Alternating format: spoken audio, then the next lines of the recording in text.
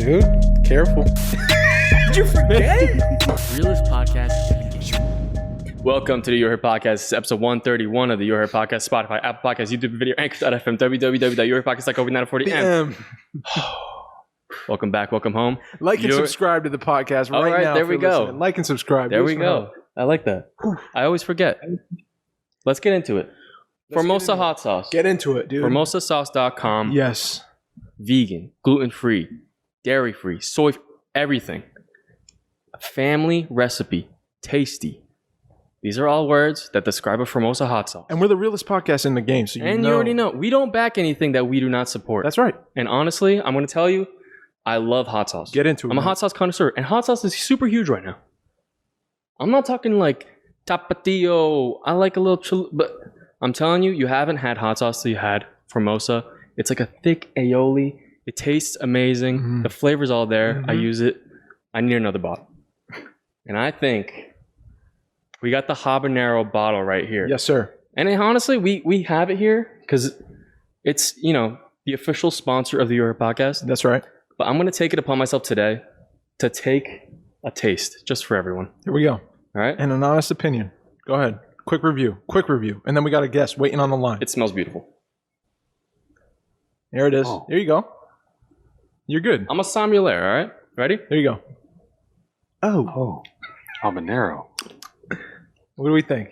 Ooh. Yeah? Yeah. Not too hot? You know what I love about hot sauce? What? When you can tell the peppers are I don't want to say roasted, but like you can tell they're cooked so the flavor comes out. Yes, sir. That's how it happens. The oil comes out and that's how you make the sauce. Yes, sir. FormosaSauce.com. I'm telling you, go get yourself some. Go get yourself some. We're here. We're here, dude. Dave, take it away. Dude, episode 1. I'm hogging it. You're hogging it. Pass it. I'm open. Episode 131. We're here. Got a guest. It is, I believe, his 6th or 7th time on the podcast.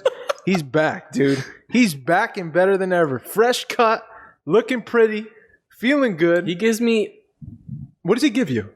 a vibe. What's the vibe? Because Adam, when I think of Adam, I think like What comes to mind? very Careful. intelligent, Okay. very inviting. Yep. And I know when I speak to Adam, I'm going to learn something. Little bit of danger. Oh. He gives me substitute teacher vibes. Hey, I'll take it. I've had some good subs in my life. Adam Lowder, welcome back to the show. Ladies and gentlemen, Adam Lowder. Adam Lowder. Thank you. Shout out. Pleasure to be here. Shout out. My dearest Shelly Lowder right now. I'm talking to you. Aw. Thank you so much for tuning in, my dear. Love you very much. That's Mama Adam. How we doing today, bro? Dude, I'm doing pretty good. I have a substitute teacher story. Oh, you do? Ooh, Get right into I it. like that. You said that, so now I feel like I gotta share. Yeah, you can get into it. Get into it. All right, so in 5th grade, I went to Malvern Elementary in McKinney, Texas. And we had a great substitute teacher. He was always dressed perfectly, and he was there like every week. Like one class, there would be some teacher who wasn't there. And he would take roll the same way every time. So he would be like, ladies and gentlemen, we are about to take roll. You will answer by saying here. Nothing more, nothing less. And he would be like, Jose Alvarado. And he'd be like, here. Brianna Gonzalez, here. And he would get down the line to my boy Ronald Simpkins. And Ronald would always Shout out Ronald be a little more Simpkins. creative with it. He would be like, Mr. Ronald Simpkins. He'd be like, what up, cut? He'd be like, ladies and gentlemen, we're about to take roll. You'll answer by saying here. He Nothing starts more, over. nothing less. No. Jose Alvarado. Oh. Here. Brianna Gonzalez. Here. He would pause. Mr. Ronald Simpkins. Present. Ladies and gentlemen. We're about to take roll. Dude, Ronald So Simpkins. he would do that. We did this one time, an entire class. Wow. 45 minutes, science class. No. We got nothing done. The patience of that man, dude. To be able to do that over and over. Yeah. Because Ronald's messing with him, obviously. He's screwing with him. But for real, I think subs don't get paid enough to really. No, that's the care. worst. That's got to be a top 10 worst You know what I mean? job. Period. Yeah.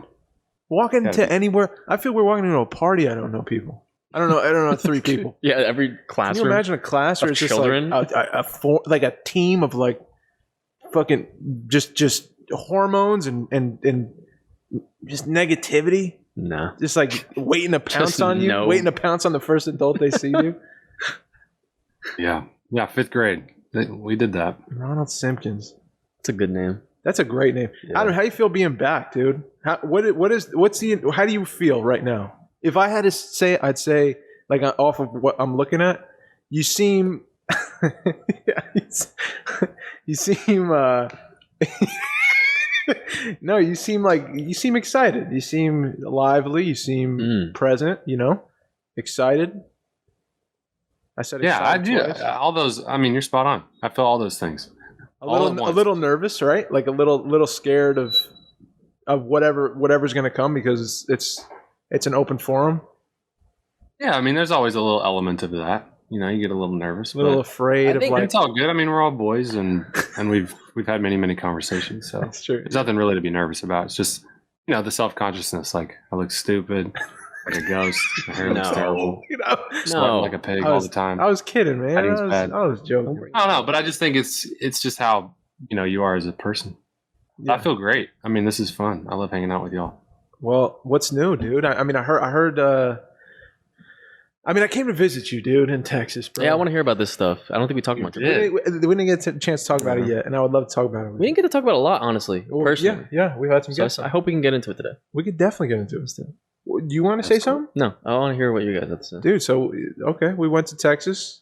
Me and the wife had a beautiful time in Denison, Texas. There we go. We were small town shopping and just seeing the plains and in the open sky, dude, and I just fell in love with it, man.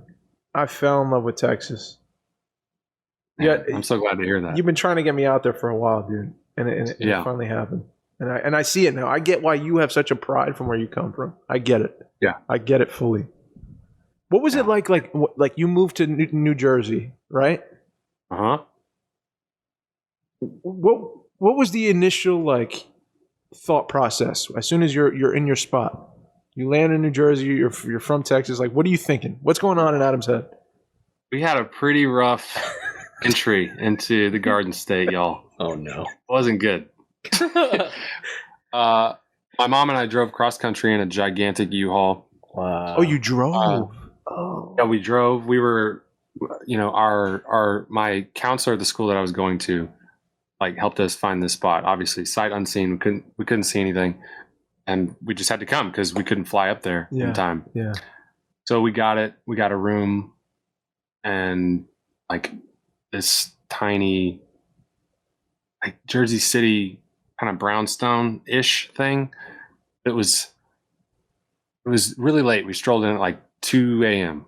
and we had a giant U-Haul. I mean, there's nowhere to park. You guys know. And it was Jersey City. And I was always used to, as you now know, Dave, like just giant parking lots everywhere, all over the place. Yeah. Always It's parking. not- Always parking. There's parking. Yeah, everywhere. In Dallas, And so like you're parking wherever you want in Dallas, in front of the store. Oh, yeah. You don't have Even to in find a spot. right there. We Yeah. did. We parked right in front of Right Flower in Child. front of Flower Child. Yep. And that was street parking. Anyway, we got in there, and my mom just we had so much stuff to move in, and so I just moved stuff in all night by myself, and it was like so much stuff. We had couches and all types of stuff. It was Oh crazy. man. And my mom just sat on the steps and just started crying, Oh. and I was like, "Ma, what's wrong?" And it's just like, it's too much. We have too much stuff. I'm exhausted. Where are we? The roommates were kind of rude. Oh man. Yeah, we had roommates. My mom and I both had Oh roommates. jeez. It was just like a crazy adjustment. And so I moved stuff all through the night. Fell asleep at like 6 a.m. And then I was woken up at like 6:30 by our roommate, Pretty Pat Nick. She was like, "We're towing your car." And we're like, "What?" And like popped up out of bed.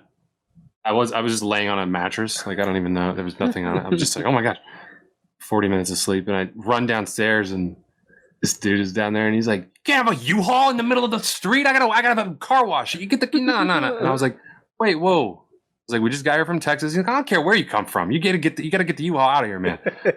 And I was like, and I worked really hard at like calming him down. Yeah. Now I'm like 17. I look like what am I doing here? He obviously knew. He was like, all right. And he's like, okay, all right, don't worry about it. Turn it down. Not too loud. Okay. No. You keep going. okay. Keep going. Okay. Anyway, I finally got him calmed down. He stopped yelling at me. He was like, all right, it's okay.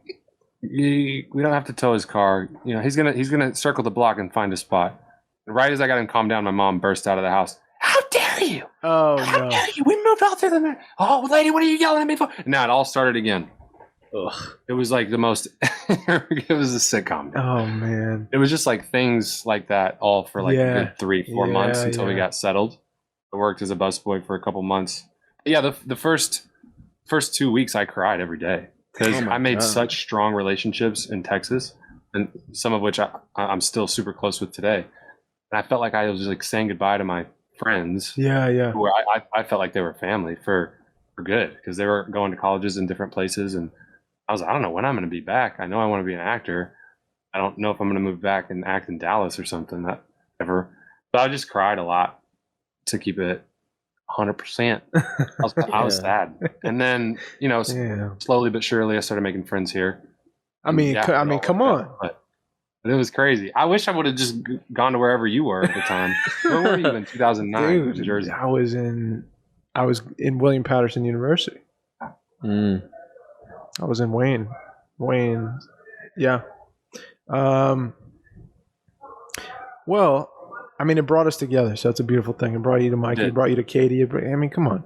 It's all that hardship, all that stuff you guys went through, and now look at you. Now look at you, dude.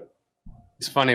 The neighborhood we lived in, it was mostly all Indian people, like Indian immigrants. And so our whole building was Indian people. We were like the only white people around. It was so funny because we used to say this to each other all the time, me and my neighbors and roommates and everyone. I would be like, there was a McDonald's ad right outside. We would walk to the PATH train every morning, and it said "Magigi Singh Papasaya," and that was like we had no idea what that was. It was just some Farsi like pronunciation or something of like a McMuffin. So I remember I used to say that to like my landlord, and he would try to tell me what that meant and stuff, and it was like a weird way. Anyway, I don't know why I'm bringing that up. Yeah, Magigi Singh Papasaya.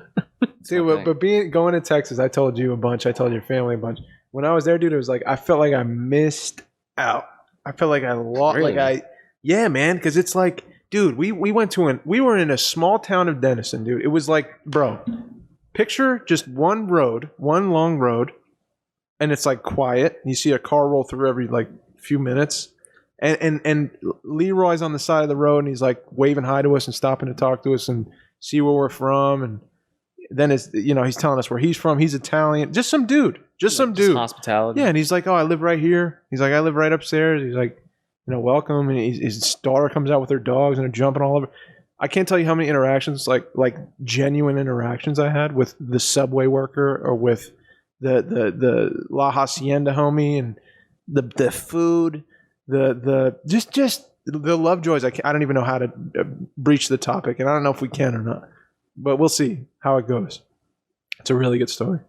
But I just we went to Albertsons. It was outside of Dennis, like a minute away from our Airbnb, and just to get groceries. It's like a grocery store. Yeah. And there's a football field next to the grocery store, and and I'm like, what is that? And he's like, oh, it's the stadium for the high school. And I'm like, stadium for the high school?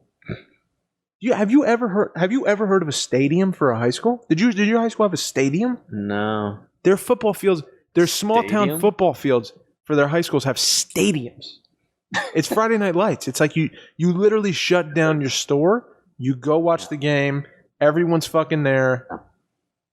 That's what it is. Yeah. It's like there's a pride about where you're from. There's like a take care of our own.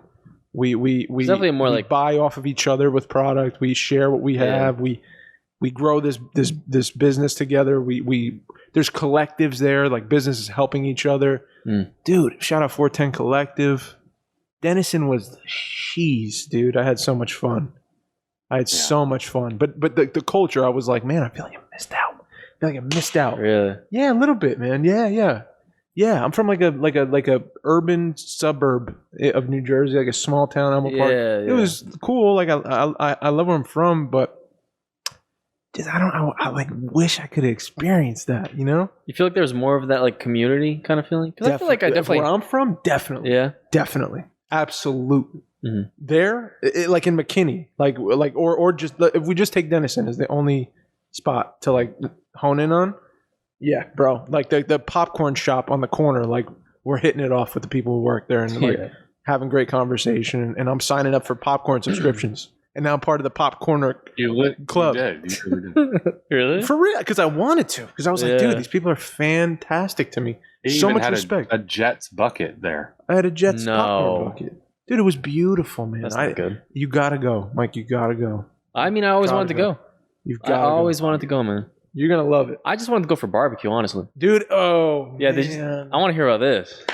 We had, first of all, Tex-Mex is a whole nother level, and we're not even near the border. We're at La Hacienda. That place was awesome. It was awesome. The barbecue, bro. Yeah. It was like sauce, like Lena drank it. Like it was that good. Yeah. It's that Literally good. And it's like a place you serve yourself. You come in, it's like a lunch line. Yeah. That's what it looked like. And it's old and, you know. Yeah. But you could the homie that was working there was like 41 years he was working there as his father's spot that he took over. And there's just so much history in it. Like they care about what they're serving and what products they're selling. And there's a mutual respect. I don't want to say it's lacking here, but it's harder to come by. Okay. I respect that. How many hellos and like genuine how you doings did you get today? From not your father. You didn't even say hi. Yeah. even dad. I mean, I just got back from Boston this weekend. Well, how was Boston? Boston was nice. Honestly, I was very surprised. They're tough people. But I don't know. I don't know how much more tough they are. Okay. Because I actually was speaking to my friend Anthony. Shout out Anthony. Do you like apples? What? No, it's a movie reference. It's a He Boston set movie. you up. Oh, he set you up so good. Yeah. So it was a good time. It was fun. And Your friend Anthony I was out speaking there? to his father. Yeah. And he was like, "Oh, you're from Jersey." I was like, "Yeah." And we were going through like this whole thing about like what like Massachusetts people think of like Jersey or New York people, and then like I just found we're just so similar. Like Boston a lot and of the Jersey? things are Definitely. such the same. Definitely. You know? It's the weather, dog. It's like Yeah, that cold. You know It's what it is? That cold. harsh cold What do you think over here. What do you think hot weather does to people? It mellows you out. Yeah. Right. It slows you down. Right. It's got to. That cold makes you like. It makes you rigid. It makes yes. you hardened. It makes sense. You're got to be quicker to places. Your brain isn't slow. It's quick. Yeah. Quick. I think it just makes rough people. But you know what? I think that also breeds like I think that like when I think of like Southern like hospitality and That like, thing's from real, people from dude. Texas, yeah, that's why it's a thing. It's real. You know what I mean? It's so real. I think that it's like in New York and Jersey, like people still like love each other, Of but it's course. more of like you kind of like shit on each other, Definitely. you know? Definitely. Which I kind of got used to, I guess, from growing up here. Mm-hmm. So I kind of prefer being that way. 'Cause Mhm. sometimes when I'm in that setting, like opposite of that, then I feel like I don't like fit into it, or Yeah. I don't. But I guess I can always get into. I haven't gone, so I Mhm. want to be able to experience. I think you'd love it, dude. I think you'd love it. The thing I didn't like, Adam, was like where we're from, we're big. Here we're big. We rolled up to first thing we did was went to McKinney. We went to a hat shop. That's the town Adam's from, McKinney. Shout out McKinney. We went to the hat shop in town, like looking for cowboy hats. And Lena got one, Katie got one. And the dude that's working there is huge, dude. What do you mean? And the dude that strolled up, the first Texan I saw in like a town that like wasn't the airport was, dude, he pulled up in front of us. He was in a pickup truck. He gets out, cowboy boots, button up tucked into his jeans, belt buckle, cowboy hat, and he's 6'8". He's 6'8". He's 270. He's big, dude. But not fat, like big. Oh, you're talking like fit big. Like not ripped, but Yeah. like he's thick, dude. Like Really? he's big, bro.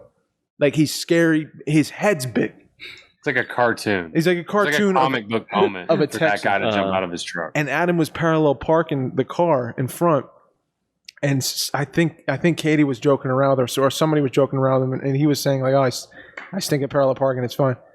And the guy just like takes off his hand. He's like, "You're doing fine, son. You're doing fine." And it's like, oh man. And then he strolls into the hat shop with his wife, his lovely wife.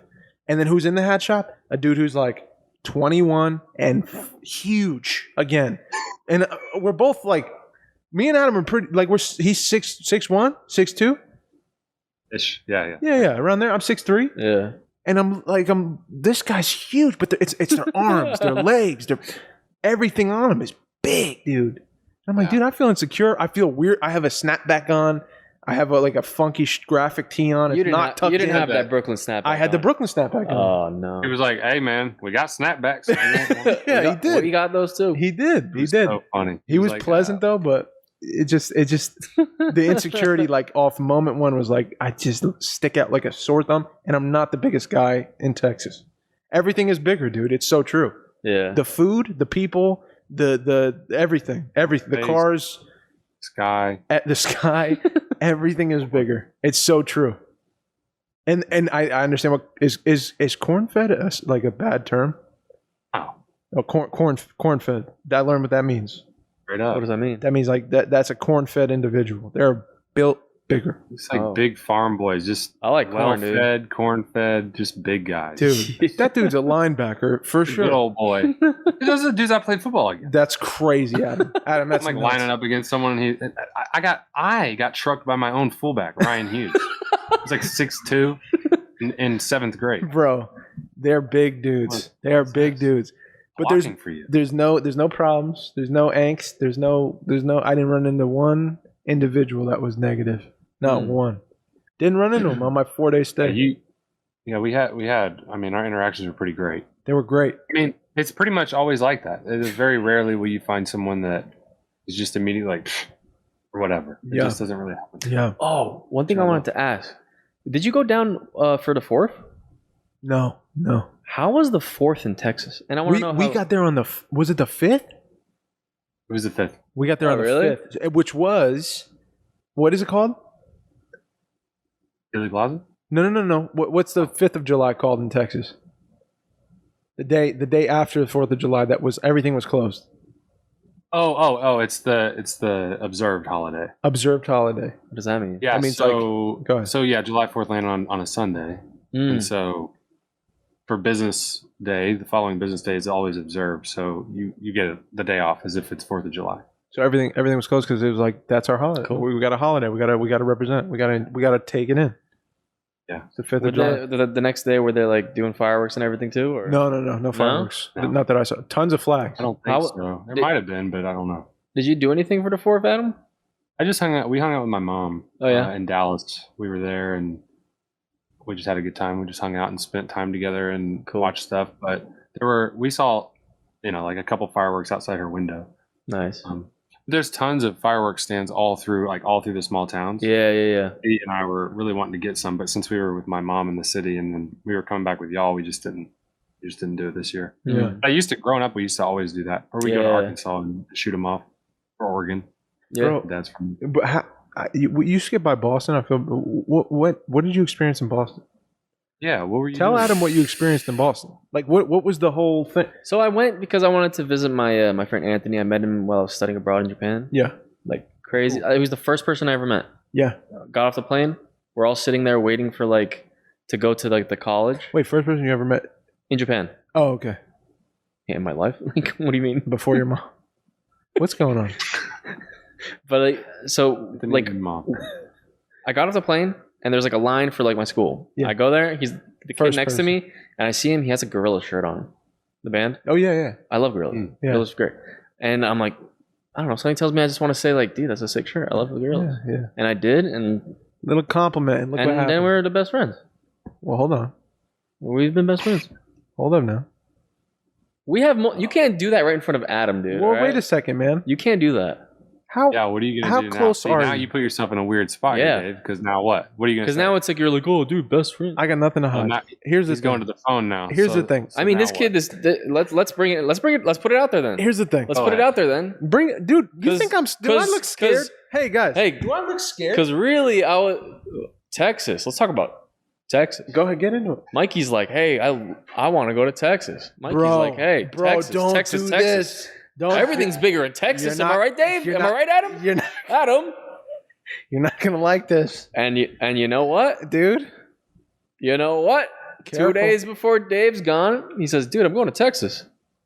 And I said, Just Now, oh, really? you said, Have a good one. "Oh, dude." Thanks, man. No, I wanted you to go. Yeah, thanks. Dave put himself right where Yeah. his shirt says. Death Valley, dude. Come on. Here's the thing. That trip was It's all right. You don't got to explain it. well. Let me explain it. That trip, of course, I wanted to go to Texas. Now I'm a very planned. I plan things. I like to get ahead of the curve. Oh, yeah. I like to set things up. I Uh-huh. like to have time to think situations through I got multiple times, and have a good understanding before. So you're saying you had a lot of get on a time to plane. invite me, but well, I didn't have. But you no- just had so much planning that was going on that it's just like I couldn't This is fit it in. this is. So I'm going to I'm speak. better at basketball. Oh, wait. Here's the thing. Wifey set up the trip very, very quickly. Is that fair to say, Adam? That's fair. Thank you. Okay. So I'm out of it. And he also did preface Unscathed. it with, we had a lot of time to plan. So you really don't know what he's saying. I'm untouched. Nothing hurt me in that whole thing. I just have all I'm saying is I have a book Sticks and stones, dude. and there's a lot of, notes. Oh, is that right? There's notes. Well, we're going to Chicago in a couple weeks. Who even knows anymore? Honestly. See? So I'm not invited. So Wow. All right.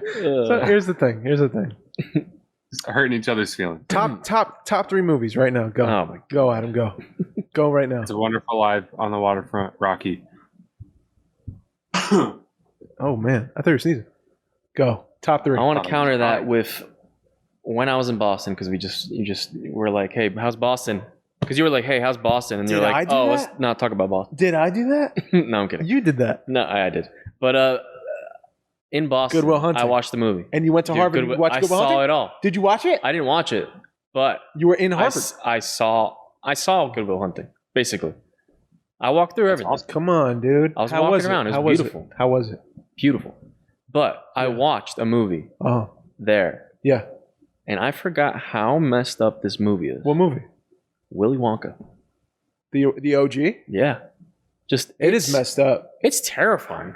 It's horrifying. It It's always used to scare terrifying. me when I was little. Yeah. I never thought about it. I loved it. When she I used got to love it as a kid. Dude, when I would get, you know how claustrophobic I am? I would get, when she got stuck in the tube, Yeah.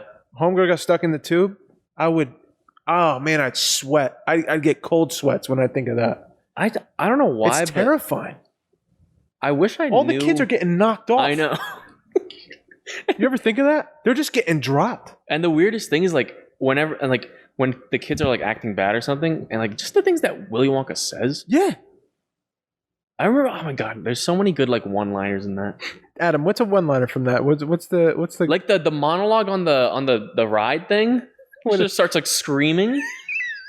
You remember that, Adam? Oh yeah. Dude, There's a lot. there's of so much good classic- stuff in there. What about Crazy. Grandpa Charlie? Do you have one of the? You said one before. You have a good. I forget. Did you say that?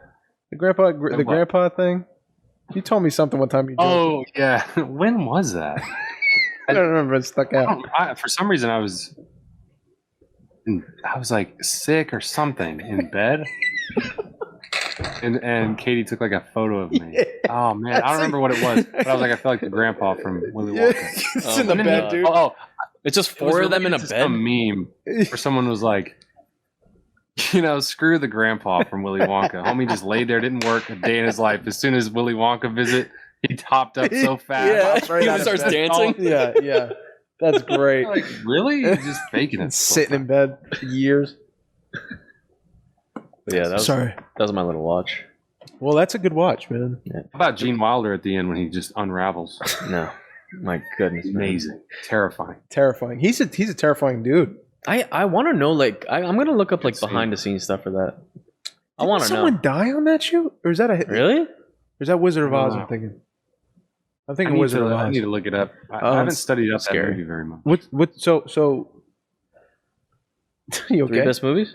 Well, if you got more to talk about Boston, like how, No. like any genuine It interactions. was more of just like like any genuine. it was a lot of just hanging out. Like any.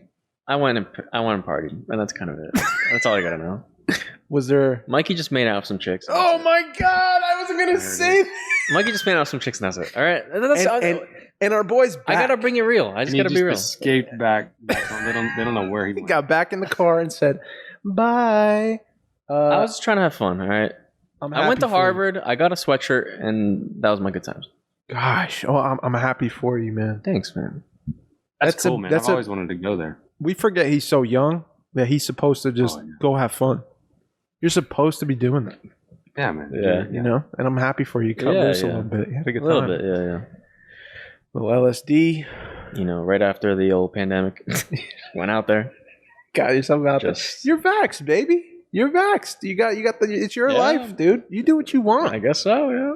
You get to have fun, dude. I definitely didn't think about it once when I was there, And that's it. which is kind of bad. I That's guess. it. Do your thing. You gotta live, bro. You gotta live. Top 3 movies. Definitely Parasite, Oh. and I think it has Good Will Hunting. I think it has to be. Whoa. Okay. I love these two. How we rounding it out? A third. Oh. You know, I'm gonna do a little curveball Hit it. because I watched it recently again. It's Akira. I don't think I've seen that. It's like an animated, like Japanese animated. Yeah. It's basically like the inception of Japan, Okay. and it's a lot to unpack. Yeah. But if you want some obscure like kind of thing, then I think I would recommend that. Okay. There's a lot underneath, like I don't know. Yeah. Yeah, it's good. I love it. Love it. Kira. Akira. Acura, yeah. Akira. On the list. I gotta go for my top 3 with It's a Wonderful Life, There Will Be Blood. And I gotta watch It's a Wonderful Life. I don't know. Did you watch it? There Will Be Blood ever? Mikey. No, You never watched It's a Wonderful Life either? no. Oh my God. Mikey. I know. Mikey. Everyone. You know what? Tonight I have time. Which one should he watch first? Why is It's a Wonderful Life one of the best movies of all time? This is a good question, and this is gonna be good for us. Why is it one of the best films of all time? Why? Oh man, how do you say this? And keep it so real. It's right to the heart and soul of what it means to be alive. I think. like you want meaning from life. You want a little bit of truth in life. Like that's the movie. That's the movie. It's such a human struggle. It's so imaginative.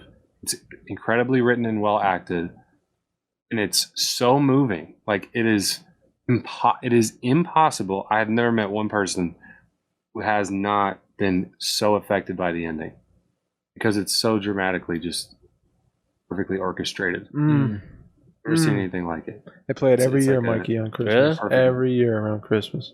It's on TV. Every Is it a year. Christmas movie? Multiple It's times a a year. Christmas movie. Oh, really? Yeah. It's technically a Christmas movie, I would say, but it's. I don't even know. Like you said it very well. I don't know how to describe it better. I think the thing it does. This is what it does effectively. I'll say this. When you watch it, when you get to the other side of it, or while you're going through it, you'll be transported to a different time, and you'll relate. You're gonna, Mike. You're gonna freak out when you watch it. Really? You're gonna freak out. You're gonna lose your mind. I think you're the kind of dude who needs to see this movie. Really? Straight up. It reminds me when I watch it, after I'm watching it or while I'm watching it, that like what you have is so much more important to focus on than what you don't. Like the bounty you already reap, you don't even see it. You can't. You're missing it. You're missing it. What you already have. I'm telling you, dog. It does such a good job of that. It does such a good job of that. I got chills. Yeah. I got chills thinking about it. Yeah. I'll watch it tonight. It was such a good film, man. By the way, real quick, I went to the Van Gogh exhibit. Thank you for my birthday gift. Oh, you did? I went this last week. How was that? Alina. It was great, man. Really? It was so great. It was so moving, bro. I fell in love with him all over again. Really? Yeah, bro. I got about an Audible book. I've been listening to his whole life, everything. Thank you for that gift. That was a beautiful gift. It was like an art installation, and like it was the whole walls were projected, and like it was like curated by these like Broadway aficionados that produce all these beautiful Broadway plays and sets, and the music and the paintings were like alive, man. You see where he was sketching, and like it was really cool. Like I felt like I was looking through his eyes. Yeah. You know? Oh, that's cool. It was really cool. So thank you. That was a beautiful gift. And it like kicked up that spark, that little flame in me again, that creative flame. There we go. This guy was something else, man, with that brush, dude, and that paint, dude. He was something else. Yeah, man. So that's that. But wait, what about There Will Be Blood? You would fall in love with that just on a creative side. Like you would fall in love with that movie. It's another written flawlessly. It's acted flawlessly. It's directed flawlessly. The dude, I don't know how to describe it. Yeah. I don't even know what the just as a movie, like you want to see a great film. Yeah. That's the film. It's a classic. Oh. It never get old.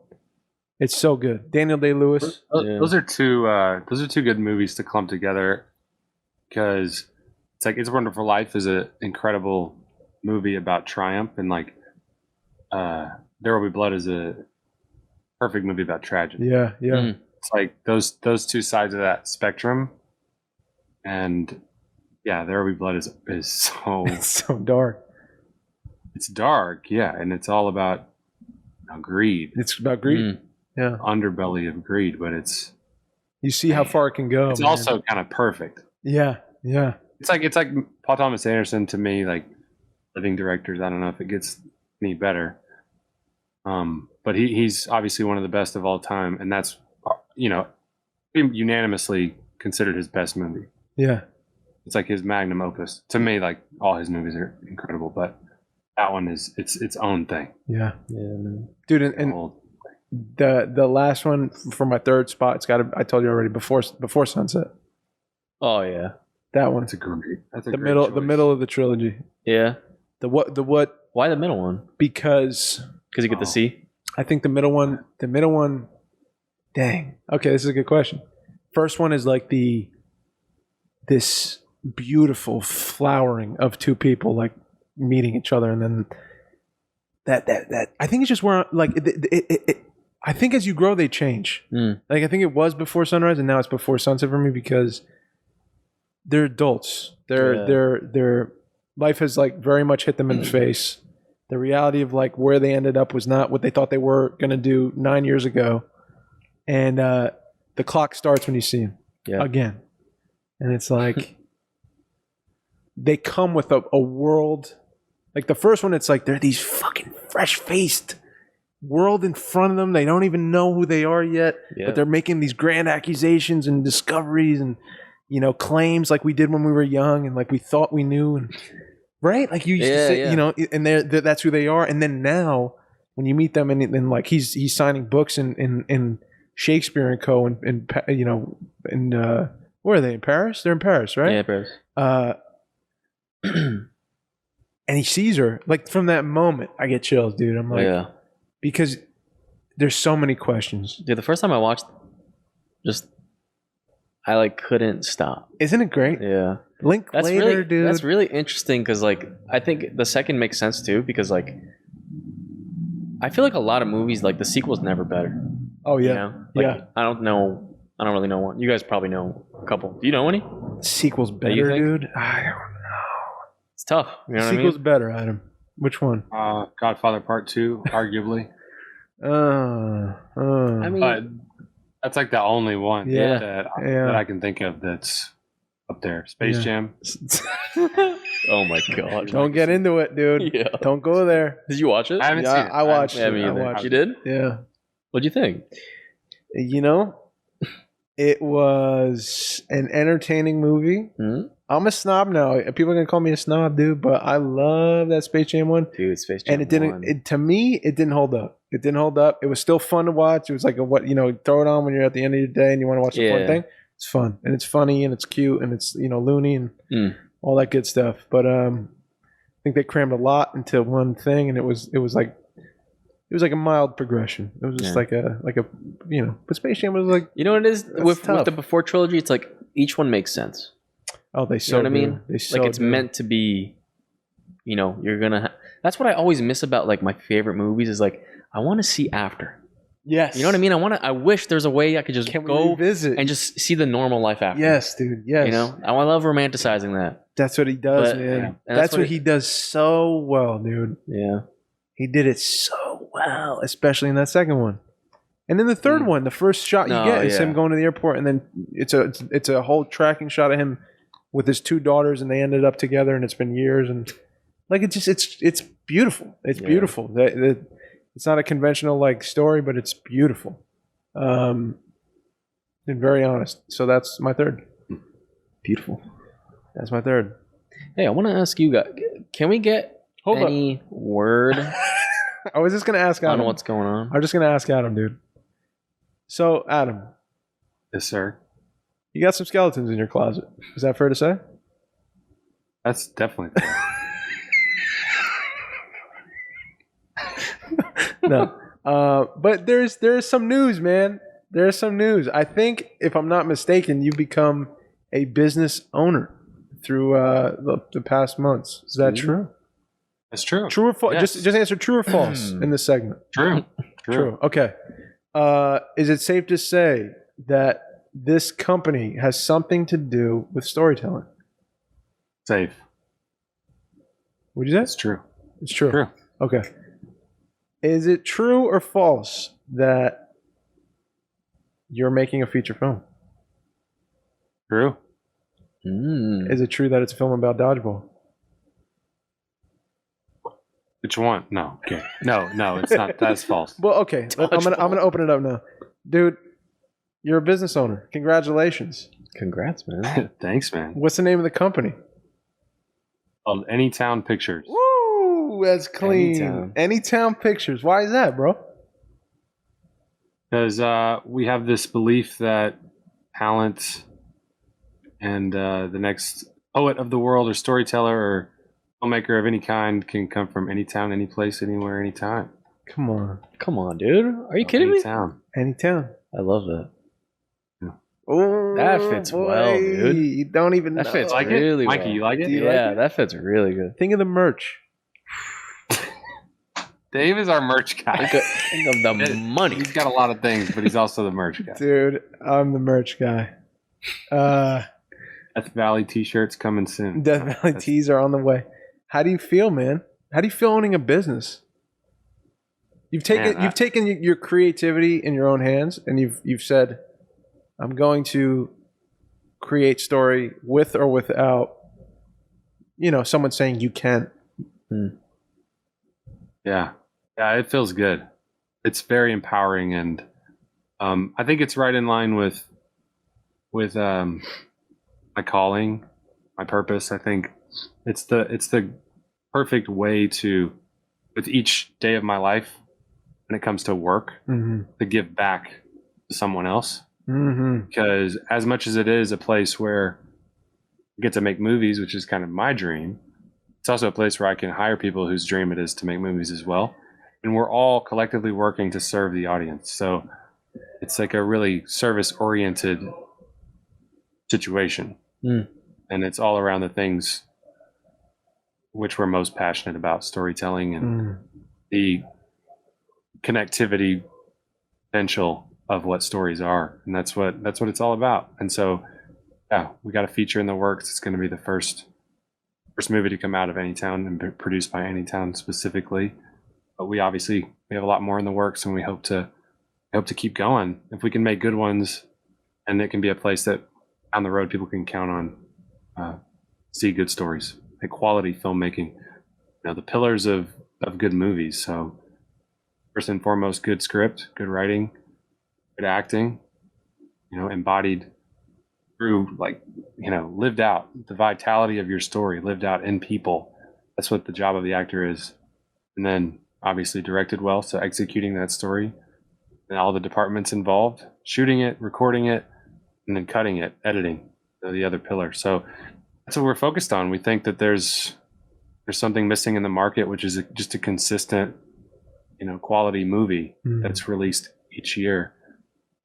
Maybe multiple a year down the road. If we can get a lot of things produced at one time, that'd be great. But we're just focused on one project at a time. And we think that if we can make something good, they can find an audience. And we just want people who, we went through it. I just don't want people who grow up somewhere that aren't the two coasts and not feel like they have to move away from their family to do the thing they want to do. Because now that I've been back with my family, I see how much time I lost. And I see that, man, it would have been cool if someone like me came along and had a sit down with me and told me, asked me the right questions, but also gave me the right advice. Mm-hmm. So that's what we're trying to do with a business. And we think we can do it. And nothing's guaranteed. Everything's a risk, but this one is absolutely worthwhile, because each day that we've been building this, it's felt like a dream come true. Just being able to sit down and work on making it a reality. Mm-hmm. Mm-hmm. That's exciting, man. That's super exciting. I feel like this is such a long time coming, kind of just Oh yeah. It just feels like right. Oh my gosh. Yeah. What I want to get to one little thing. What's the little thing? Because obviously a lot of things in life, there's so many risks that come with passion. Oh yeah. Especially in a creative field, right? Yeah. What convinced you to take the risk? I love that. That's why he's my right here. That's a good question. Come on now. That's why he's half the pie right here. Come on. I get one good question. You get every couple of podcasts. Well, there's a couple. I guess there's a couple ways to answer this. I have to frame things and understanding that there's, in my belief, there's nature, like the natural world, the things that we see, the things that we understand, and then there's supernature, and that's something that is different. It's otherworldly. It's spiritual. Obviously, in my belief, it's God. And I don't know, man. I was driving down the road, and it was just like, as if Katie said it, just like, start a business. I was like, no. Because my natural inclination is to just do what I want and love and am comfortable with, and just be left alone. That's just, I don't want to, I've always said this, I'm allergic to money. I don't understand business, and I don't want to learn. I just want to do my thing, and I want to be left alone. So it felt very much not from me, that thought. The natural answer is that there was no other way for me to do what I love. Just no other way. I say it, dude. I say it all the time. Not getting a lot of auditions. I would just literally have to sit here and just wait. And I can't do that. I can't sit here and wait. I just don't think that I was called to sit and wait. Thank God I have a passion for writing and directing. Otherwise, I mean, that's why we're building a place, because we know there's so many other actors who are sitting there waiting too.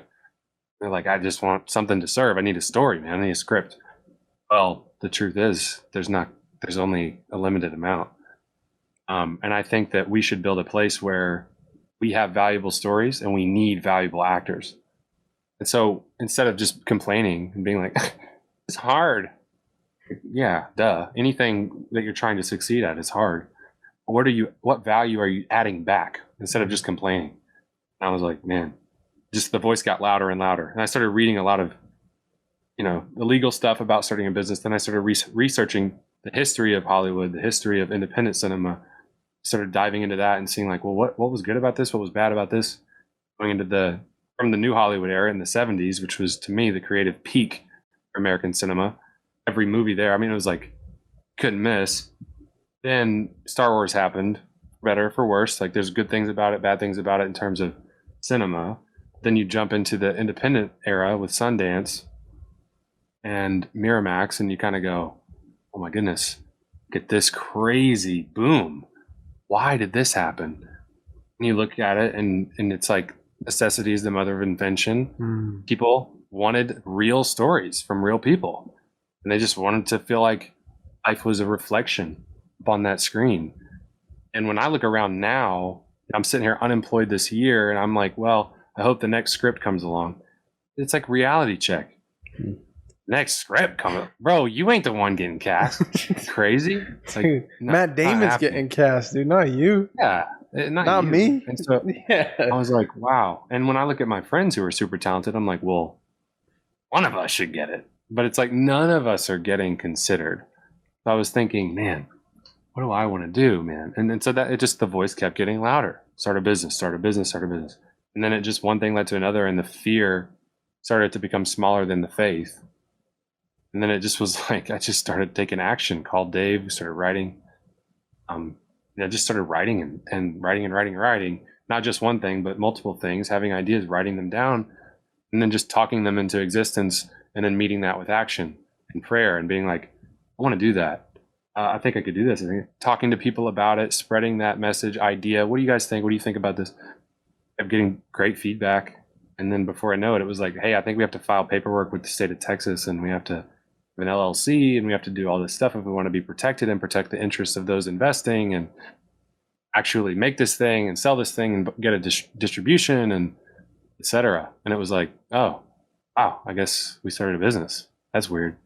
It gives me hope that, you know, if we can succeed, obviously we can pass that on to the next person who is coming up and kind of confused, has the same questions, maybe the same desires, and we can say, hey man, you can have a job here, and we can employ people and hire people whose dreams don't have to just be in the hands of somebody else, but it can be in their own, and to some degree. Yeah, man. Ditto. No, I mean, because we're making an independent film, a feature film. We've never done it before, so you got to imagine like what we're faced with the structure of it all now. Like I want to paint a picture for you real quick. Yeah. You know, how do you raise money for this feature if you guys haven't made a feature before? Well, we have a great script. Well, we're not going to read it because we don't know you. You're not a name. You don't come with money. You're not going to sell. You won't sell tickets, right? Because you're not a name. The structure of it has to be who's in the film. Did you hire someone huge? No? Well, then we're not funding it because we're not going to make our money back. Okay. What if it's a small budget? No, we're not giving you money because it's not big enough. You're not going to make money because you're nobody. That's what we get right now, right? Like that's the consensus of people who have been here doing this for a long time in this structured independent film world. Now, if we make a great feature, who's going to watch it? Well, you get into film festivals, right? You go on a festival run, right? I'm doing it now. My short. And you think that's like independent film world, right? Like you imagine like that's where the dude who or the woman who made the film about Thai fighting in South Bronx prisons or something like that gets picked up by Sundance, and they're like, "Oh my God, you're the next Soderbergh. Like you're an incredible filmmaker, right? Like an unknown. No one was in the film, nothing like that. It's very rare now. Now it's like a game of like little Hollywood. It's like who was in the film? Like Minari went to Sundance, you know what I mean, and then got to the Oscars. It's like Stephen Yeun is not a nobody. You know what I'm saying? The Nomadland. I don't know what festivals that got into, but it definitely got into festivals and then went to the Oscars and won. There's a process, and if you don't play by the rules, these rules that are structured right now, you know, you're not going to be seen. Like that's what they're telling us. So we don't. It's like, I'm not trying to box us in a put us in a box, but like, we're putting something to the test here, I think, with this feature, which is like, how about we go learn how to write a story really well? How about we go learn how to act really well? And that took a decade. How about we go figure out how to direct this thing really well? What makes good direction? How about we put people together that work well together, that care about the story, that it's shot in the place that it's told, and we keep it as authentic as possible, and we tell this thing for a certain amount of money that isn't astronomical. Like, oh, it's just $1 million film. It's just a small indie film. That's not a small indie film. I'm sorry. That is not a small indie film. Indie films used to get made for fucking $7,000 and they'd win Sundance. And then someone's career would be fucking discovered. Soderbergh's career would be discovered. And look at him now. He's one of the best directors of all time. That doesn't happen anymore. So we're saying, let's just focus on our story and all the other things I just listed, and let's just see what happens. Let's see if it really isn't about story anymore. Let's see. It's not a challenge. It's not that. It's like, I just believe in story. I believe if we can affect people through story, we can create a business off of beautiful storytelling, honest storytelling, well-crafted storytelling, not stealing, not swindling, not sweetening, none of that. Not who do we know, how do we rope this together for help you out on the next one thing. That's not what this is. And I think I think this is and I could be so wrong, but that's worth putting my neck out. Yeah. That's worth starting a business. That's worth, to me, this is a service, dude. Yeah. It really is. And it is for Adam too. I'm speaking for you, but I know it is. Yes. It's worth it, man. Yeah. I want, if I'm going to crash and burn, or if I'm going to die on a hill, it's that hill. Yeah. I can't be the dude waiting for the phone call to go do Space Jam 2, dude. That's not what I want to do. It's not the story I want to tell. And I don't disrespect anyone who does. Just speaking for myself, don't need the fame, don't need the trillions of dollars, don't need it. The thing I want to tell is good story, an honest story, and I know I can. And this is our way to do that. Anytown Pictures.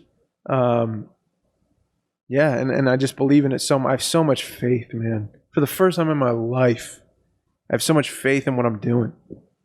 You know? It's like a... You know what?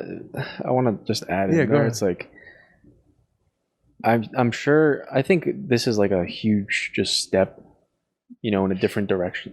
Totally. Because, we all know each other a long time. I know all your friends now for, years, just from the podcast, right? Yeah. And I know how hard you guys work. I know how hard actors work, and there's internal struggle with, like, I think all creative fields with that. Like, why can't I just fucking, if it's good, why can't it just be up there, right? Yeah. Why can't it be up on the fucking marquee and, everyone fucking loves it? I think you have to include, like, that side, like that whatever business side of it.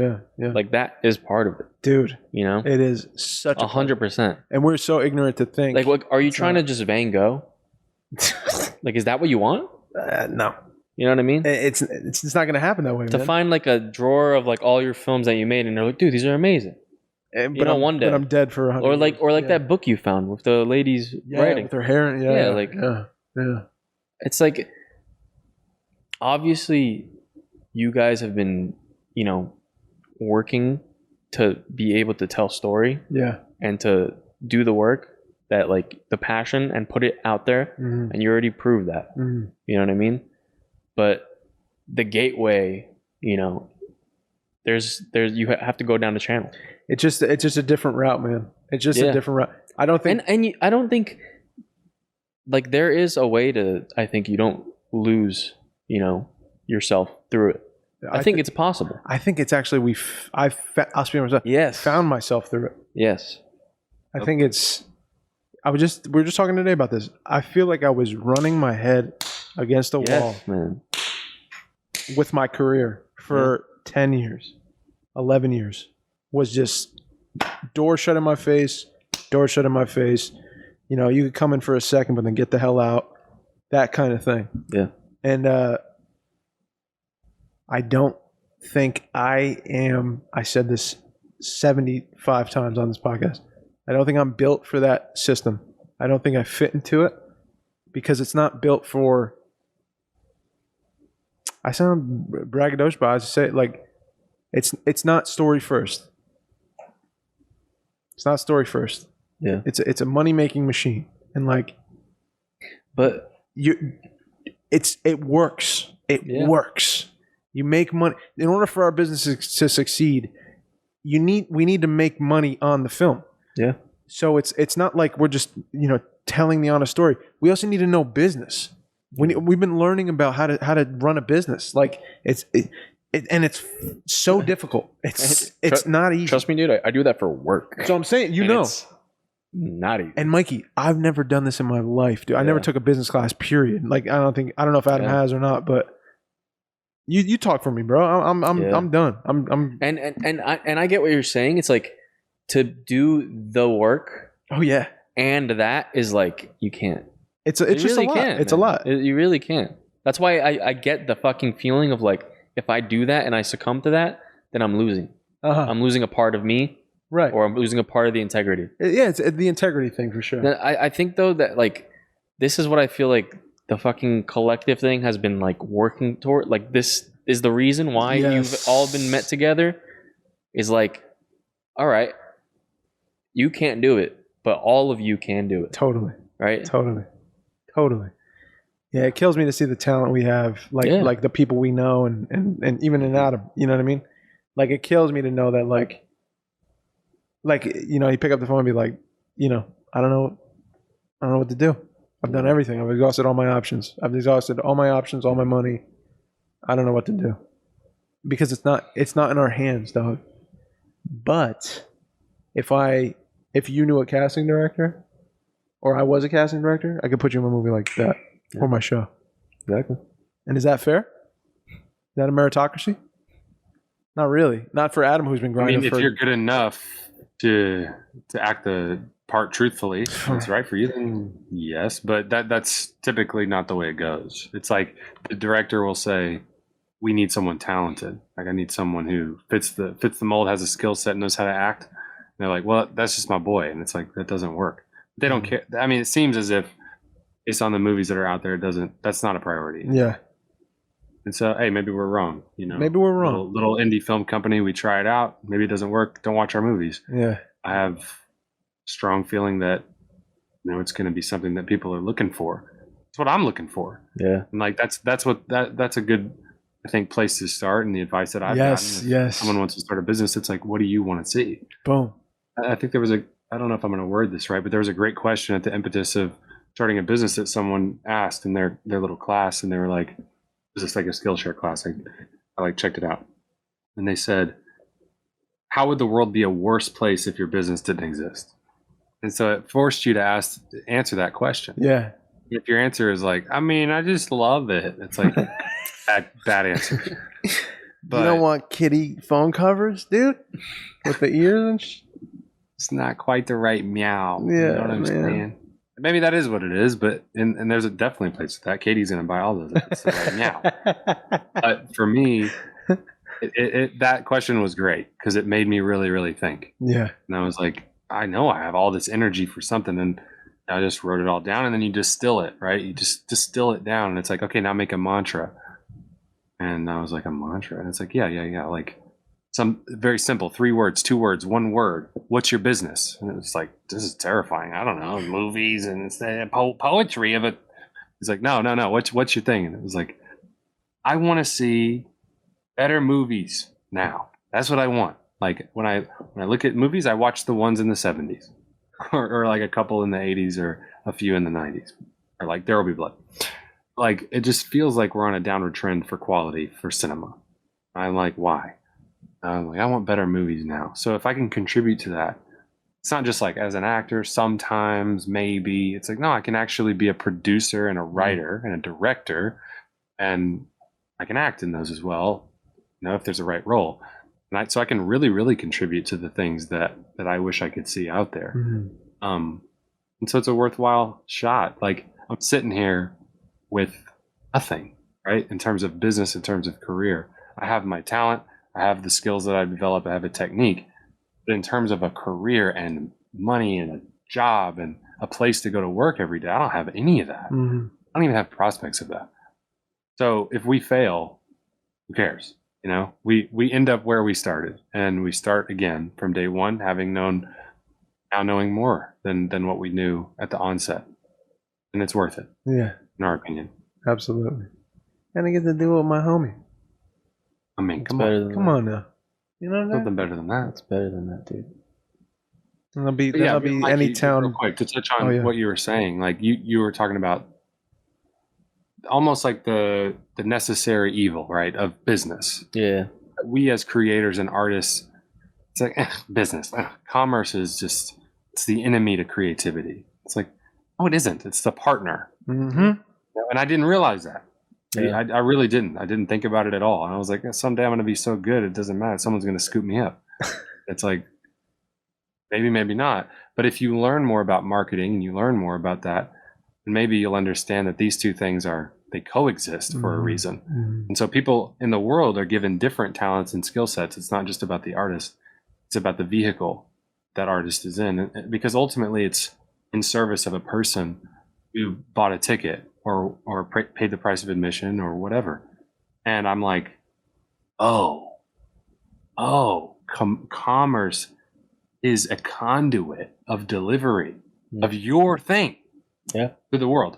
And I was like, oh man, okay, I'm starting to get it. And now any business decision that we make, business question that we ask, it's now almost just as exciting as the creative and artistic stuff.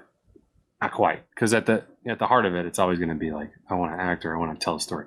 But if you're just telling a story, I always say this, but if you're just telling a story in the bathroom, who cares? You're just doing it for you. Why don't you tell a story to like small town or high school or theater or a platform or something? Like, why don't you get it out to people? Because it really challenges your answer to the question, why? Why are you doing it? It's like, I just want to do it. Why? I like myself better when I'm doing it. It's like, that seems, when I was like that, it felt more self-focused. It's like the ultimate act of embodying a character, right? Or telling a story. It's like to empathize with someone across from you and then to share that. Like, what are you sharing? Sharing my story. Why? I want to help other people. Now we're starting to get into something that's selfless. And so this just, it's literally like, it's no different than what we've been doing. And yet it's the complete opposite of what we've been doing in some ways, or at least I did. Yeah. Yeah. Well, I mean, I used to be allergic to business. I feel like I wouldn't want to talk about it if it came up. I'd be like, you keep that over there. I'll keep the creative juices flowing over here. And that's how, like you said, I'll get mine eventually. And then I'll be able to share with people and be of service. But, yeah, man, I'm enjoying it now, the business stuff, more than I've ever thought of it before. Making decisions, talking to people I feel uncomfortable talking to, picking up the phone, asking for help. It's been such a great learning experience, and it's like a cool new thing to learn, just like acting was. It's a great new thing to learn for my life, because I'm going to have to be doing business. Yeah. For myself, for my company, for my people I love. Like, it's better to know than not to know. Yeah. And sadly, I think in this world, like with how technology's been going, like everything's a brand now. You know what I mean? Which is like, I don't know if that's a good thing or a bad thing. I really don't. It's a free market, so anything could survive, anything could die out. Yeah. But I just think the saturation Totally of everything is just. I think that's why you're kind of feeling that there's like a downward trend, with film. I think it's the opposite, Doug. You think? Yeah, I think the little production companies they die out left and right because the structure in place hides itself as an independent film community. But to thread the needle of that system and to succeed is, you got to be awesome, and you need to do the right things that they tell you to do in a lot of ways to make a minimal amount, and then they have your film for 15 years. Like, it's very rare, man. I can't even give you an example of it. Robert had some success, and and we get into that another time. But like, there's I think it's backwards. Like I think what you said is backwards because again, the impotence to like create an independent company, like it's minimal now because what's your capital? Do you have a couple million? Can you make your own feature? No. Who's attached? Nobody. Okay. Well, you can't do it. You're not going to make money on the back end. It doesn't make sense. Why? Because you need those things in order to sell the movie. Well, can't I just tell a great story with great editing, great filmmaking, great directing, great actors for less money because they're not names yet? No. Can't do that. Because why? It won't go to the festivals. Why? Because there's no names. Why does that matter? Because no one will buy tickets at the festival. And then we can't give you awards. So what's the draw then if your thing is fame? If your thing is, I want to make movies. I want to be successful. Why start a business? You know, I think the interest is like much lower now than like it was back in the day. Because you had a real shot. I just think the chance of you making it, you know, through a film festival or through a great film that you just happened to make, and you really cared about your story, and you really took care of all the necessary assets, like you had a better shot at making money with your film. And now I just think the needle you have to thread is much smaller for that to succeed. So I think it turns people off to like, dude, we can't do that. I mean, it's going to be insane to do that. We're up against a structure that's pumping out big movies. It's not built for the little guy. Go get an agent. Yeah. Hope to get cast in something down the road. Like that's your best bet. And I'd rather not do that anymore. Yeah. I mean, it is like, you know, probably in 2012. Again, sorry, dude. I don't know what I'm talking about. By the way, this is just my opinion. I got to clear it up. That's my what I see. Yeah. But I think what. Dude, Mikey, what you're saying, there is a negative thing about oversaturation when what is being created is mediocre or not good. Yeah, and it's constant, right? Like me and Katie were talking about this, and we've talked about this, Dave.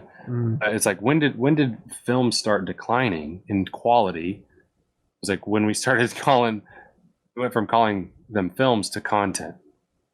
Like that's what, you know, if you think about that, you go, why is that happening? And it's like, it's numbers. It's like, just pump it. And it's like, well, where are you getting all these people to act in your things that are names now? It's like Instagram or whatever. Like they have a following. It's like, that doesn't translate into skills. Like just because you have 100 million followers on Instagram doesn't mean you can act. Acting is hard. Like it takes a real dedication and commitment, and it's really tough. It's not. You can't easy. just learn that overnight, and you can't actually inherit that. We've seen people whose really successful careers, they have children, and then their children are like, it's just not quite the same. Mm-hmm. And it's like there's a real practice in place, and there's definitely a foundation of talent upon which to build a skill, and then the skill is of value to a good story. And I feel like we're just constantly inundating the market with mediocre material in these platforms that have endless money because they're tech companies, they're big corporations. It's not indie filmmaking. Filmmaking was the person who has no money going outside and filming a bird 20 hours to get like the right angle and then like sending it to their friends. And it's like, check out this bird. And it's like, wow, cool, man, a bird. It's like, who cares? This is about trying to get at the something within human life. Like that's what we really are doing as artists, and it's a struggle. But we want to add value, or we see there's mediocrity. And that's hopefully these companies or a new company like ours or something will come along and say, that does have value, and we do have distribution, and we know people that want to see that. And when the people start tasting it, they're not going to want that other stuff. And that's our premise, right? Like that's our goal. Yeah. We don't know if that's true. We could fail, and that's fine. Most startups fail. But it's like you said a million times, it's worthwhile. Dude, the Nick Lasardis of the world, man. We say it all the time. This young kid, I don't know if I said it on the podcast before. Did I say this to you before? The kid that I watched this film. Yeah. Dude, you watch his little short film he made. It's not a little film. His short film he made on YouTube. And you're like, I was so moved. He was moved. My wife was moved. His wife was moved. He's 16. Yeah. And you just see that he's got something. He cares about story, the way in which he's telling the story. There's so much care, so much uniqueness. And we're saying, like, the road for Nick is going to be tough, man. Yeah. It's going to be, I don't know, because I'm not God and I can't see that far, but I have a hunch that, like, it's not going to be easy, man. It's just not. And how many Nick Lasardis are there? How many Van Goghs haven't been discovered that they're going to die, and then their artwork's going to be looked back and they'll be like, we missed it. We missed it. We missed it. Damn it. We missed it. We can't have any more of it. We're stuck with what we have. Or someone that never tries just because they're afraid, or they have to leave their hometown. They don't want to sacrifice family, or, they have a story in their heart that they've been dying to tell, and they don't know how to start the process. Like, and it could be the thing that changed. It could be the next It's a Wonderful Life.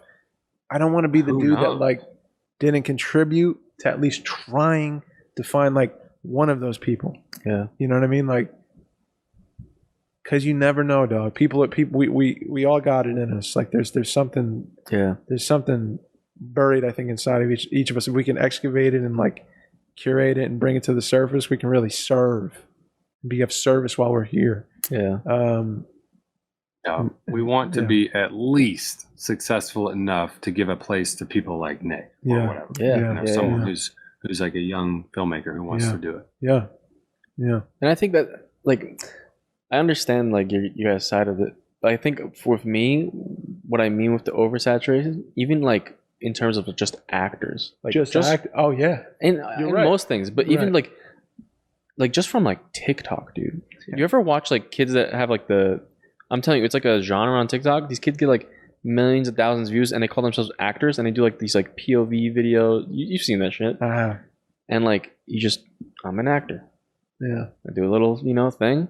Yeah. And these kids get starred in fucking Disney shows. They do. You know what I mean? Yes. Good for them. And even on this is even deeper because I'm through, like, that YouTube shit. Dude, there's literally, like, legit, like, like, motivational kind of, like, short films, stuff like that. People, like, write, to, like, lift spirits and stuff.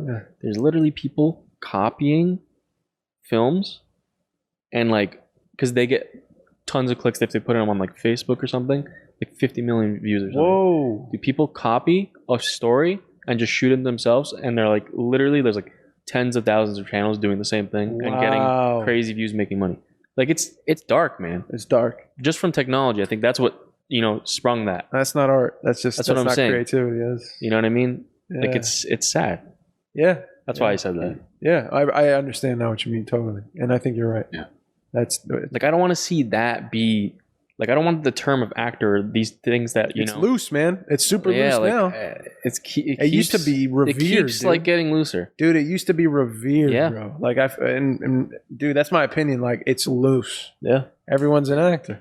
And I think there should be a pride for all these positions. It should be, man. It should be. It should be. There should be a pride for it. I mean, it's that. I forget whose quote it is, but Meisner put it up on his classroom wall. But it was like, I wish the stage was as narrow as a tightrope, so that people would think twice before daring to step on top. Oh man! Because it truly is an art form. But Katie used to have this sticker on her notebook. It was a De La Vega, I think, quote, and it was like, "What comes fast goes fast." Yeah, ain't worried about it. You know what I'm saying? I think people are moved by really good stories and people, who are embodying them through acting and really good stories. And it takes time and effort, and it's really tough. It's a discipline.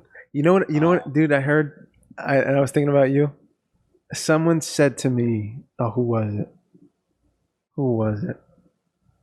I don't know. A family member, someone close to me said, "Oh, I couldn't be an actor." I said, "Why?" "Because I'm too shy." I said, "That's great." I said, "You might be great then." She said, "Why?" I said, "The trick is, like, you gotta get to the point where you feel like you actually share that shyness, because you'd be great." And, like, that's the thing that twists people up, I think, is like, but I'm shy. I'm not outgoing. I'm not, like, the life of the party. I'm not the one that's, like, the loud one in the group. I was always the quiet one. It's not about that. That's phony. That is a surface thing. That's what you present to the world. the thing that acting does, the efficient actors do, technical actors do, the best actors do, is share who they really are with you and what they really feel with you and what they're really, who they are. You really see that. It's not a how do I look right now? Is my makeup okay kind of thing, or I hit my spot. It's not that. It's not that. It's not that. It transcends that. It's you really sharing unabashedly who you are with somebody in the moment, and it's captured on film, or you see it because you paid for a ticket and you watched it in person, and it made you feel like, wow, fuck, I feel that inside. With my husband back home, and I never expressed it to him in 30 years, but I feel exactly that. What this dude just did up there, like, I had yeah. I had exact moment with someone that I worked with at this cafe that I worked at, and she was a dancer, and she was like, "Ugh, I could never act because I can't hide how I feel." And I was like, "That would make you a great actor." Yeah. We need real human emotion to tell a meaningful story. He was like, "No, but then I can't hide how I feel." I was like, "That's what we want on display." Yeah. Because Zan talked about like being a monster. It's like a monster in life. It can be miserable. Someone who's just brash and bold and will just say anything they want, whatever they feel, just comes to mind. Super impulsive. In acting, yeah, that's your canvas and your palette. Yeah, that's what we need. We need the subject of raw human emotion to tell these deeply meaningful stories. And this, to follow that up, Sanford Meisner quote that Robert Duvall says all the time, which I love. He said, "A carpenter, makes a chair out of wood. That's how acting is, except instead of making something out of wood, you make it out of yourself." That's the actor's craft, using yourself. Using yourself. Yeah. The material of wood, right? Material of you. Yeah. That's your DNA. How do you use yourself? Who you are is how you create a character. Yes. And like, that's not TikTok. That's not copying someone, emulating someone's face. It is surely not copying. And you know the difference. Dude. You know the difference. You might get a few clicks today. Oh, man. But it's like, also, it's for Coppola said this thing today that I heard. Didn't say today, but a quote that I had heard from 6 years ago. He said today, he was like, "The things that you get fired for when you're young are the same things that they make life achievement awards for you when you're old." It's like because you're rubbing the culture the wrong way when you're truthful. That's They right. don't like it. But then later on, the people grow to appreciate you. And it goes right. It's the other way of saying what comes fast goes fast. Can I say what this? takes time lasts for a while. Absolutely. That happened to me just on the way here. Really? Are we good on time? What are we at? Yeah. You got a little more. Okay. Dude, on the way here, I was like kind of in a rush in my head, listening to music in the car. And a taxi pulled up next to me, and this woman was, when we were stopped at the light, right? She's driving, but she stops at the light, and she looks so tired, man. And she's like stretching her neck out, 45, something like that. And she just looks over and just stared at me. And I was like, I froze. I was like, my mind lit up with all this empathy and like my heart swelled. I was like, oh man, what a long day you had. Like, and I felt all these acting muscles kicking up, all the things that we've been taught, and just like general life, like connecting with another human for a second. And it was like, now we're on second 8, second 9, second 10. And eventually I'm like, oh, I got to look away because I don't know. Because now I'm starting to get nervous. Like, is something wrong? Or you know what I mean? I don't know what's going on. And I was like, wow, look how quick I couldn't stare at her for more than 10 seconds. And she was clearly like, it seemed like looking for someone. Like she needed to share what's going on with her, or just see another human across from her and connect. Maybe feel less alone or feel like seen. I don't know. But now I've been thinking about her since that moment. I can't stop thinking about this taxi driver and how exhausted she was, and how like she was like a little girl, man. She was just like, this is an acting conversation. This is the kind of thing. I don't know if that happens on TikTok, but like that's the kind of thing. You have to care about humanity in such a way. You gotta really check in with your fellow human. Like you gotta study people, man. You gotta really and how does it make you feel? What do you see? And what's really going on there? Do you have the bravery to like stare in someone's eyes for 10 seconds so you don't know? And I can't stop thinking about that lady now. I'm like, Yeah. I was teared up. I was confused, and like then I was like, I feel like you're a kid, you're a little girl, and you're struggling. You're struggling. That's the only way I can describe it in my own point of view, through my own lens.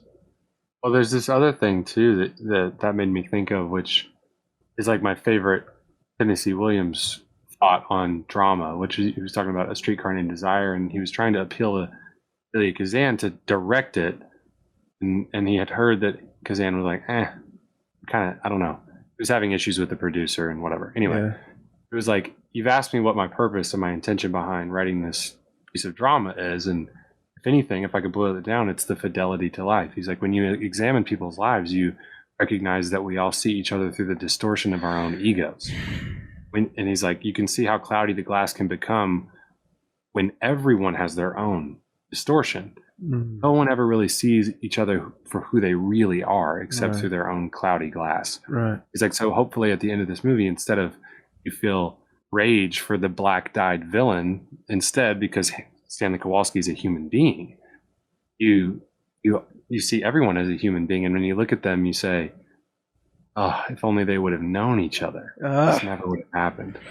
And that's really when we make movies. This is what we're getting to the heart of. It's everyone pays a ticket, buys popcorn, sits down with their Raisinets or their freaking Junior Mints or whatever, and they sit there, turn the lights off, and we watch for an hour and a half to 3 hours, depending on the runtime. And it's literally telling the audience to sit down and shut up and listen to a human life for as long as the movie runs. That's how we know we're together and alive. And we as filmmakers are saying, these people really matter. These people's lives matter so much, I just want you to shh for like an hour and a half. TikTok isn't like that. It's like 7 seconds, haha. 7 seconds, what? 7 seconds, why? That's disturbing. And just like boom, boom, boom, boom. That's not what humanity is. That's not what life is. Like, we learn the most when we shut up and we just listen to somebody. Why are you guys doing a podcast where you have people on and they just talk? It's like, what are they saying? Who cares? Let them say it. And then you listen, and it's an hour and a half, 2 hours, 3, whatever it is. And then it's like that person's life matters enough for us to at least listen to them. Maybe we learn something. Maybe we relate. Maybe we move. Like that's what the whole business idea is. It's what are the stories? I don't know. It can come from anywhere. Let's just, every time we meet someone, whether in New York or LA or anywhere in between, we can just go up to someone and say hello, look them in the eye, and stare at them for 10 seconds. Or just ask them how they're doing, and just be together, be alive together, and see what we can do for one another. And like, that's what it's all about. That's why we act. That's why we get all, flowery when we talk about this stuff, is because we recognize how precious and meaningful human life is. And the people that we love, you couldn't possibly put words to them. So we try to do it with other elements that aren't just words. The script is fine, but it doesn't quite do it justice. Let's give people the invitation to embody it. Okay, now vitality. Okay, now as the director, let's try to put you guys together, create some sort of conflict where something standing in between you two really, really getting together, like life. And then let's view it from this angle instead of from this way. And let's put the light over there because that says something interesting and pulls them in a little bit more. And let's cut it from this in this way so that we really get it. And by the end, you're surprised. And yet you go, oh my gosh, how did I not see this coming? Yeah. Oh no. And you leave connected. You walk out, the lights come up, and you go, did you see, dude, that moment? Do you remember when the thing happened? And dude, I was like, no, why would you? These aren't real people. This is a movie. It's fake land. It's not. But that's what artists can do, is we can utilize these elements and these raw materials, and we can really connect each other to each other and remind us like, yeah, traffic sucked. Your boss is a jerk, and like you're super hungry right now, but also, did you forget you have a life and it's super short, and everyone around you has that same thing, and it's super meaningful. And it's like, is there a more worthwhile thing for people who have this passion to pursue? Yeah, let's try to make a place for other people to get together and do this, because wow, what a great thing. The Wonderful Life. No, but you know what I mean? Like it's such a great, such a great pursuit. And that lady, I said, see, when I pulled up to her, it was just someone driving a taxi. And the deeper thing is, she's not just a taxi driver. It was she's a whole person with a whole life. And I forgot that because I'm jamming to my music and I'm driving to the podcast. I'm thinking ahead. I'm planning my next thing. But when we looked each other in the eye, it changed. And it was just like a little blip of like what it feels like to act or what it feels like to create, an artistic thing to help humanity check back in, Mm-hmm. Yeah. I don't know if I said that right. That's what I'm thinking. Yeah. Yeah, man. Anytime pictures, get ready. That's it. Hey, there's a GoFundMe up right now. You do? We got to rep that. Yep. Let's go. We're raising money. Put in the description. We're raising funds for it. It's a micro budget. No, it's an actual indie budget, super low, but we have a couple different irons in the fire, and we're just trying to raise it any possible way we can. We've applied for as many grants as we can apply for. We've reached out to people who would potentially be interested in the business in terms of investing, and we have a GoFundMe up. So anything helps, obviously, and we are just grateful that we have the ability to pursue this. And we think that if we get a chance to do it, that it's going to be a special thing we can all create together. And we're super excited. Oh yeah. I can't wait. Yeah, me too, man. I'm excited for you guys, man. Well, I noticed that you spilled the hot sauce on my pants. Now it looks like I have poop on my pants right now. I did? Oh, no. Yeah, dude, yeah. Look, How? look at that. I don't know how that happened, but Look at that. There's no way. That's the Formosa on my pants. How did I do that? I don't know, dog. Maybe when you shook it up magic trick 20 times. you get for going. Don't ever go to Texas without Mikey. I mean, come on, bro. FormosaSauce.com. Hey, I think let's wrap it up. That's a wrap. That's a dude. wrap, man. Hey, Adam, thank you again. thank you, brother. You're gonna be back. We already know. I mean, it ain't no. But I always love talking to Adam. Guest of the year? I don't know. I think he's just guest of the podcast. We'll see. Well, I didn't say it. I didn't say it. I didn't say it. We'll see. I didn't say it. No, We'll see. I disagree. But I think there's Look this at person. what is this lady All right, bouncing in shut and it down. you can't just. Shut it down. You know what I'm doing? I put a big blur on that. just blur her Just out. pixelated, just censored. My right hand lady right here. That's the wife on jumping around like a bunny. I'm on an exercise ball. Okay. All right. Who knows, man? Who knows? You never really know what you're gonna get with Katie. Katie, if you had one last word for the people listening. Oh, hit him, Katie. One last word. No. If I had one last word for the people listening, Or phrase or anything. What would you share? don't wait until tomorrow. Oh, God. and that's the clip. Hitting me right in my heart right And that's now. the clip. That's pretty good. Don't wait until tomorrow. That's great. Come on. Let's go. Hey, You Are Here podcast. Episode 131. 131. Adam Lowder, once again. Thank you so much. www.yourpodcast.co. We cannot afford M. Yeah. Spotify, Apple Podcasts, YouTube video, Anchor.fm. I switched it up on you guys. You did. You switched it I up. switched it up. FormosaSauce.com, you know where to get it. My name is Mike and I'm signing out. My name's Dave, and I love y'all. Please be kind to one another. Adam, this is Katie. We love y'all. Boom.